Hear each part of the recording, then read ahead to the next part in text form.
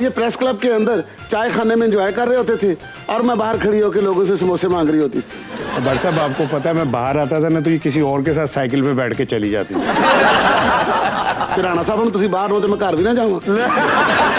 जे तुसी ज्यादा film hit करानी है तो रोजाना जी नु चाहिदा विच ओ वाला गाना भी पाण। ओ केड़ा? पर्वत के पीछे सहाफी का गांव, गांव में रोज छापे पड़ते हैं। यार वैसे छापे पड़ते हैं तो तुम घर चेंज क्यों नहीं कर लेते वहां पे?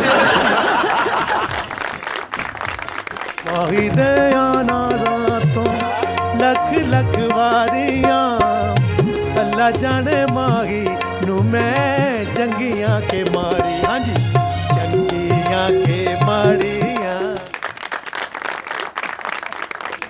सुपर ओवर आज रात 11:05 पर।